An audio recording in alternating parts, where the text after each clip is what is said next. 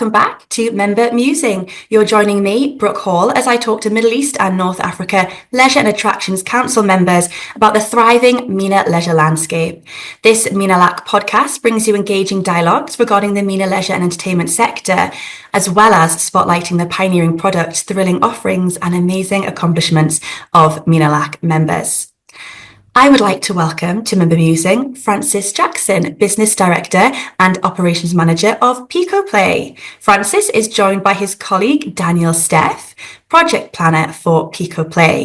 It's great to speak with you today, gentlemen. Hi Brooke, how are you going? Hello, how are you? I'm wonderful. You're joining us all the way from Brisbane on Australia, so thank you. You're most welcome, most welcome.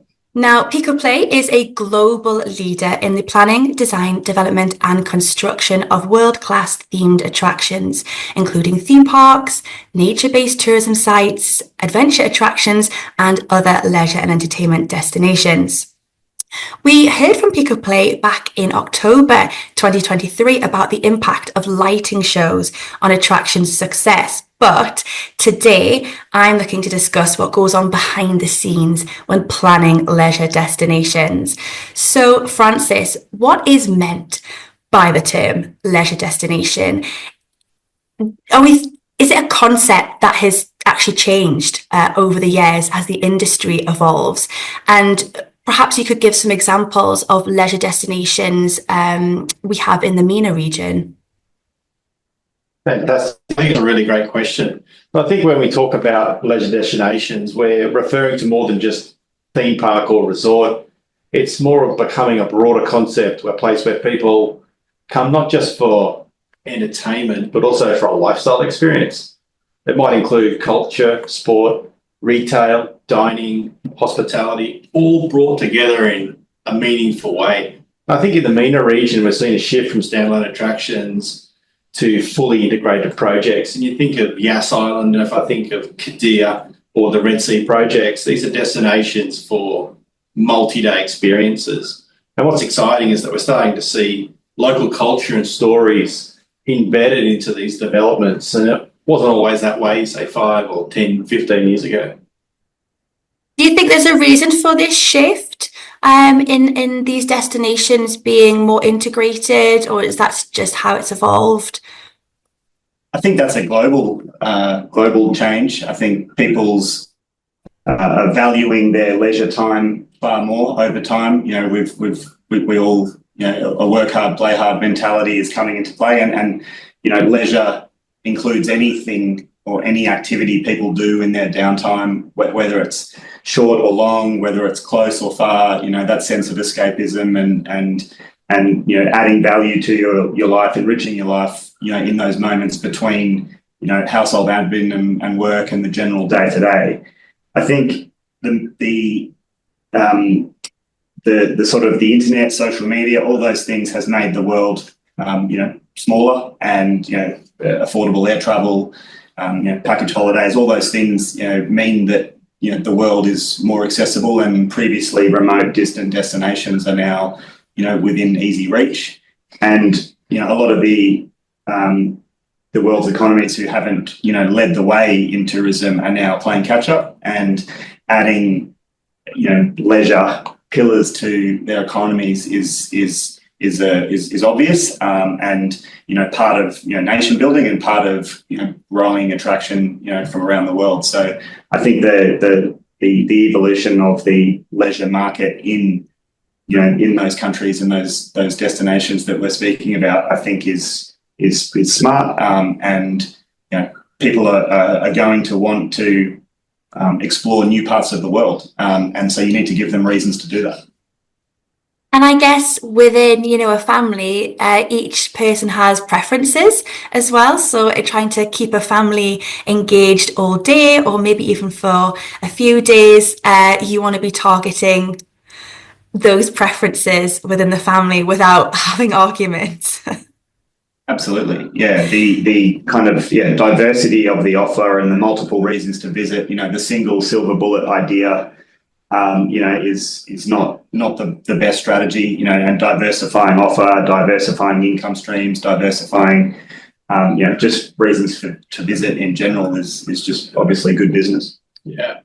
I think as we go forward, you get globally, people have a chance now to see how things haven't worked and are starting to stitch together all those key ingredients that make things really stand out and bring those experiences to life. And there's a lot of learnings that people are leveraging now into great attractions for wholesome experiences. I think what's important though is not to just pick up concepts that are working in other parts of the world and just place them in these new locations and destinations and expect them to work. I don't think that's the most valuable strategy. If people are traveling, they are traveling for a sense of authenticity as much as a sense of thrill or escapism or wonder or whatever those components are. And leisure can be highly man-made experiences, but it can also be natural experiences and nature experiences that are potentially hybrids of both. But I think what's important, I guess, to us at Pico Play when we're conceptualising or working on projects is finding that core essence of the project. Who's it for? Why are they coming? What are the reasons to come and experience and spend time? But how is it localised? How is it relevant?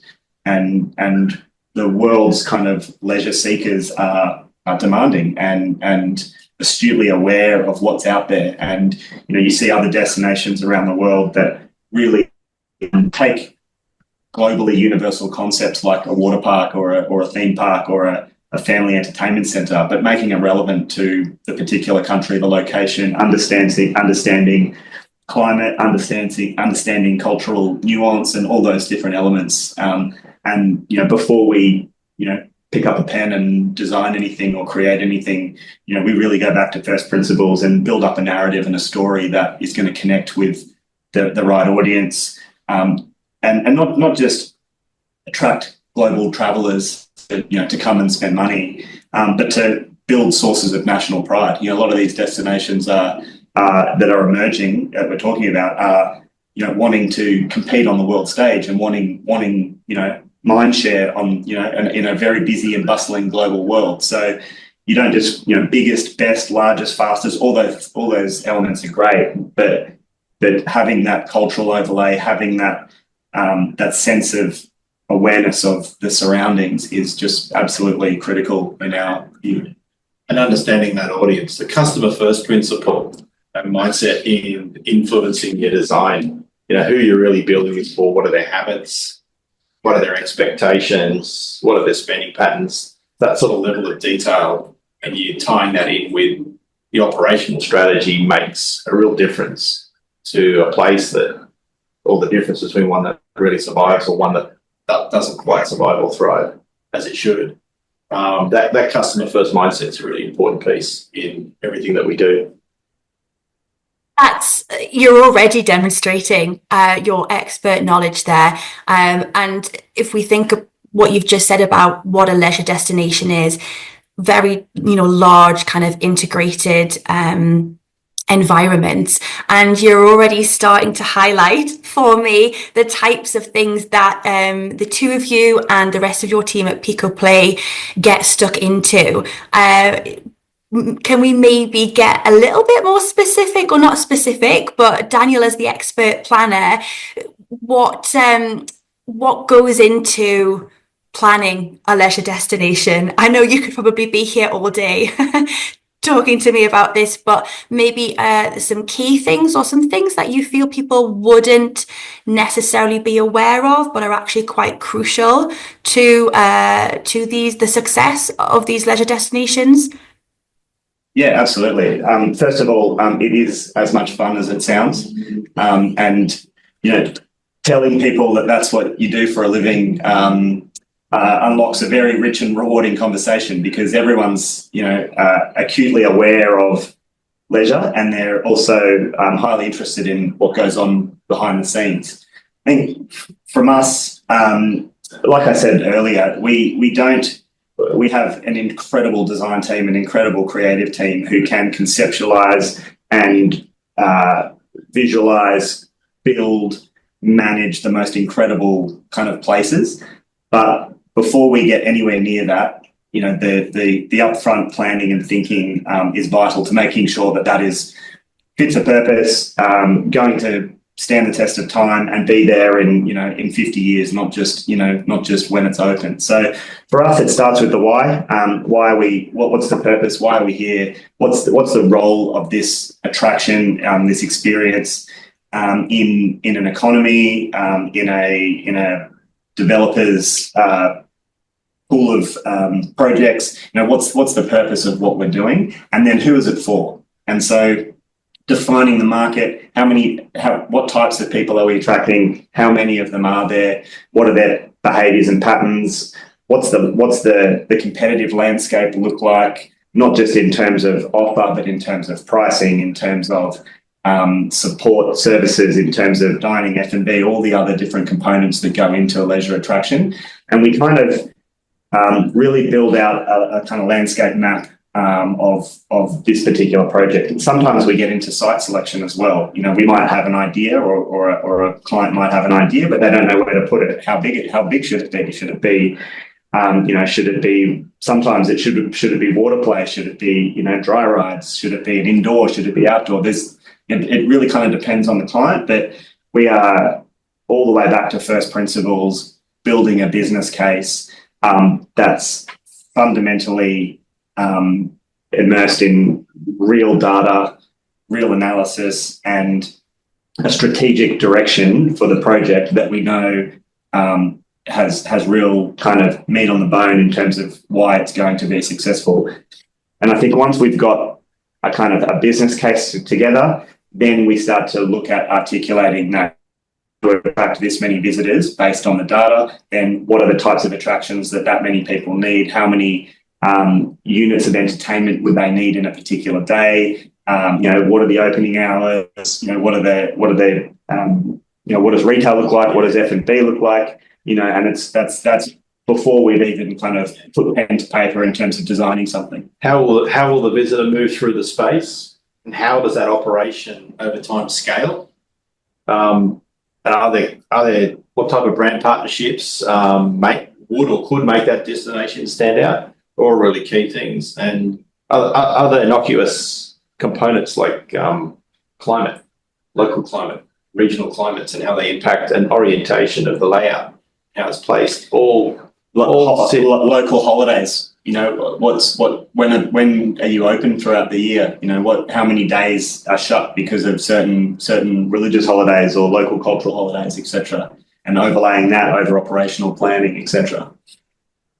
They're all. It's quite a list, and as Daniel pointed out, it starts with the client's brief, what they want to, and we encourage the return to basic principles to allow for a really strong development of that attraction or that destination. The success is cemented in the beginning. It's not cemented at the end. If those that information and that business case is built up properly and on good data, then the chances of an attraction succeeding, are exceptional. And we see it. We traverse the world and we see projects, and we get brought into projects at multiple different phases and different levels. And it's more often than not that we see beautiful visuals and incredible creative and amazing conceptual artwork for concepts that are not based on a robust business case and very likely to get off the ground and be delivered. And we get brought in to help make sense of that and to review that.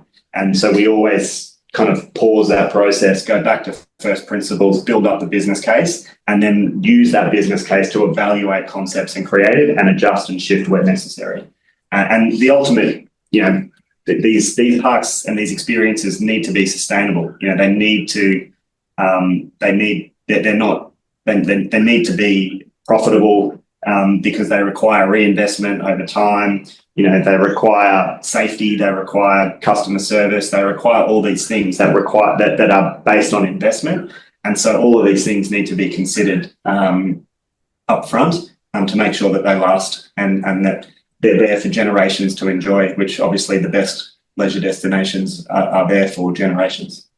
You're like Leisure wizards, it sounds like. And also, I liked how you pointed out the fact that maybe it's on some projects you're not there from the very beginning, but you are there for at another point later down the line, as kind of consultants and for that support to drive a project back on path. And I loved what you said, kind of what you were saying in a roundabout way of you kind of put yourself in the position of the guests and the customers, and see things through their eyes, and I guess that's because that's who's going to be enjoying these spaces, and I'm sure there's more that you could add on to that as well. There's so much going on. How long does this take? A kind of average project, because I can't imagine all of that stuff getting done within a year. So what kind of, from perhaps very beginning to that ribbon being cut, and a leisure destination kind of being inaugurated, what's the kind of average project length? Great question. I don't think there is there's no such thing as a typical project, I don't think, in our industry. There's so many variables around, the site itself, investment and funding, planning approvals, and, government relations. There's ride procurement, there's theming, there's pre-opening, there's obviously an absolute plethora of tasks that need to be done.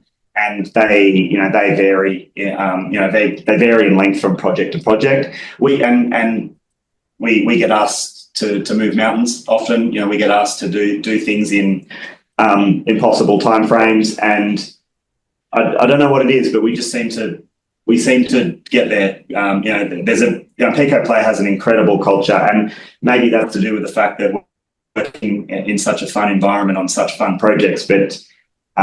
The team here, the whole Pico Play team just pulls out all the stops. If something needs to be done, everyone in this office and our other offices around the world just get it done. And I think, our clients, we become one with our clients. We don't take on projects that we're not passionate about. So, when we do say to a client we can deliver something, it's because we believe in the potential of the outcome, and we fall in love with the process, we fall in love with the project, we fall in love with the potential customer base, we fall in love with the ideas and the concepts. And so when that is the central tenet to our existence, then everyone rolls up their sleeves and gets it done. Yeah, and every client is different. Everyone needs a tailored approach. I think to come in and just say this is how it is done, as opposed to what would they like done. I guess it's a really important thing to develop that core essence of it. That it's a tailored approach, immersed in really good collaboration.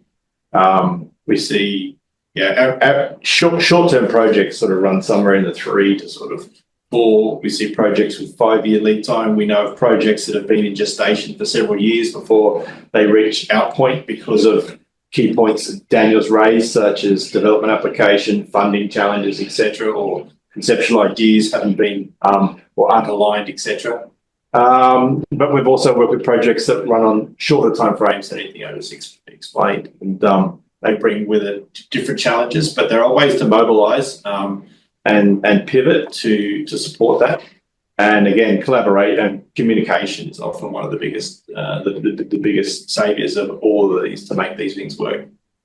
Yeah. It's definite. Go on, Dan. Sorry. But we know what the pain points are. So, we've done this a lot. So we know we a lot of times we're engaged with someone with a big idea, and we believe in that big idea, but we're like, we'll get there, but as long as we think about this and this along the journey, then the big idea can be realised. So I think that's key, is that we know where to prioritise effort and energy in terms of the broader project deliverables, and prioritise things early and other things can come later. It's kind of really understand that the whole journey, as you've mentioned, and I think that's probably the Pico Play difference, is that we're not just a design and build office. We are a full turnkey provider, and we're all sitting in the same office here. We have teams that are thinking about the business planning, the operational components. We have people talking about the design and the master plan. We have theming people, and then we have people in our factories around the world, and we have people on sites around the world. So, I think if we're doing projects where they know that the upfront team has been involved, then everything gets more streamlined, and the execution is far better. Budgets are met, exceeded, timelines are met or exceeded, all those things. So I think our design and creative team love the fact that they've got another team in the same building thinking about why they're designing what they're designing before they're doing it. And they know that once they get a brief and they get requirements and they get specific information, that it's really robust, and there's a reason why they're drawing what they're drawing. It doesn't limit their creativity, doesn't limit their thinking. It just points it in the right direction, so that we know that we're going to get a spectacular outcome that is more likely to succeed, more likely to get to construction, more likely to get to opening, and more likely to be there in multi generations time. You must have a massive team at Pico Play, and I'm sure, as you kind of mentioned just before, Francis, how much you all get involved with the project, and how exciting it is to see it to the finish line, and be so close to those projects. What is it like working with such a creative team? How does that make you feel, sort of every day, weekly, as projects go on? Are you surprised sometimes by your teams and your departments at the amazing things that they do? Absolutely. I mean, we work in the fun house, I call it.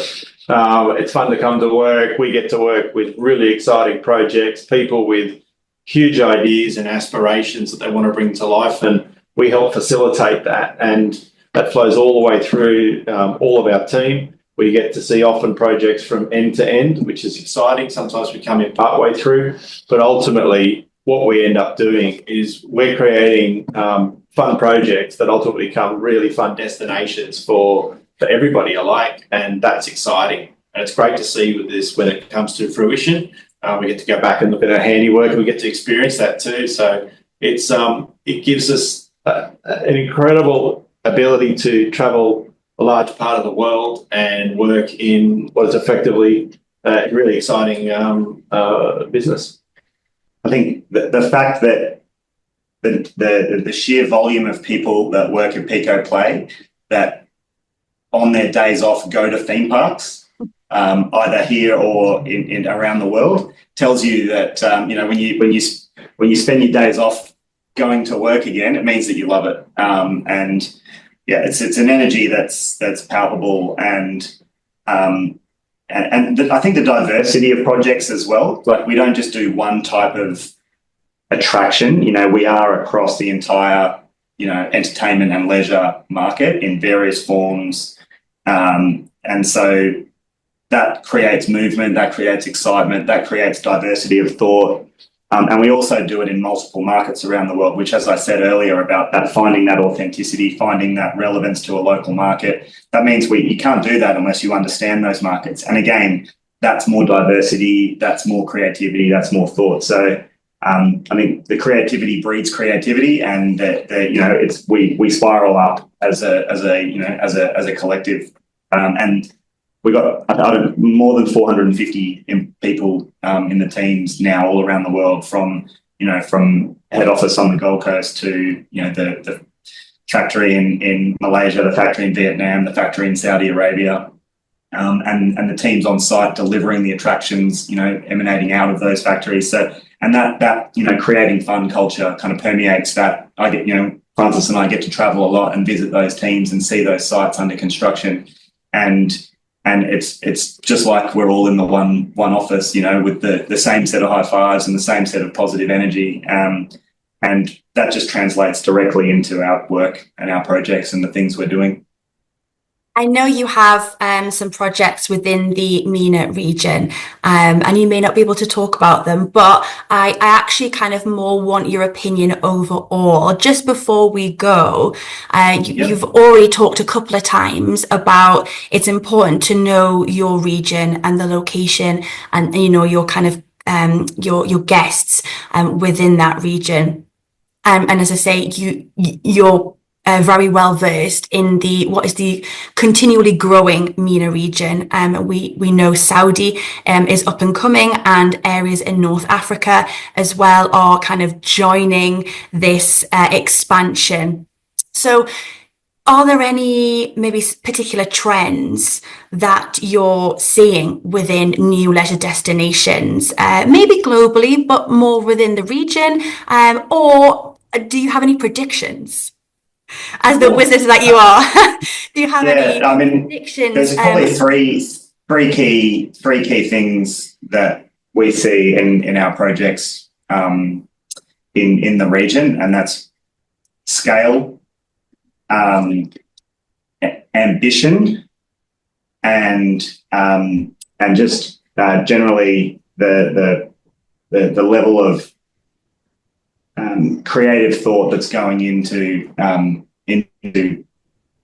being unique and being different, and creating something that's unreplicatable, and truly unique. So, and that's the space that we love playing in. We're not where the shackles are off, and we can really do something special. And these projects are, it's not just the ambition, but it's also the execution as well. So these projects are happening, and they're incredible to see. And I think the transformation that's going to happen over the next, I want to say 10 years, but it's probably more like 5, is astronomical. And the world will rapidly and increasingly pay attention, I'm sure. And sitting under what Daniel just highlighted, those 3 sort of key pillars sits what I see as and we're seeing is that shift towards, more curated, meaningful experiences that are destinations that ultimately tell a story with local identity and mix, uses like wellness, culture, sport, and education, tradition. Sustainability is also another big one, and I'm not just talking about energy and water. I'm talking about how destinations support local communities and add long-term economic value. Tech is becoming a really big part of the experience, not just for guests, but for behind the scenes as well. And looking ahead, I think we'll see more destinations start to blur the line between the physical and the digital, more locally inspired IP and deeper focus on creating places people want to return to over and over again, not just that one-time visit. Yeah, I mean, all of the usual trends are probably global. People are valuing health and fitness and more so. So, a lot more active participation in leisure, rather than just sort of passive observance. Shareable, Instagrammable, all of those concepts are universal, where people want to, shout from the rooftops about the unique experiences that they're doing. Gaming, esports, IP overlays, mixing reasons to visit. People they want to travel for mountain biking, but also experience local culture. Those types of things. There's a lot of that.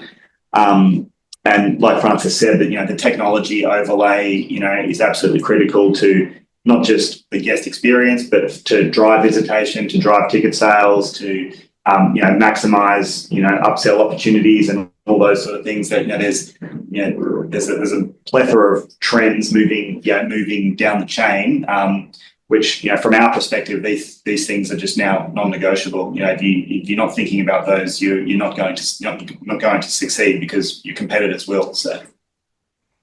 Francis, Daniel, thank you so much. I'm going to have to cut you off there, as I know you could talk all day about this, and you really are proving how much you know about the industry. Thank you so much for your expert perspectives. I'm sure our audience will have found the discussion just as insightful and hopefully inspiring. Speaking of our audience, I turn to you now. Make sure you check out Pico Play in more detail to learn about all their offerings and how they're helping redefine leisure and entertainment across the globe. You'll find their website and social media platforms in the description section of this episode, along with those of Menalac, where you will find a host of information and resources supporting the MENA leisure, entertainment and attractions industry. Thank you for tuning in. Until next time, goodbye.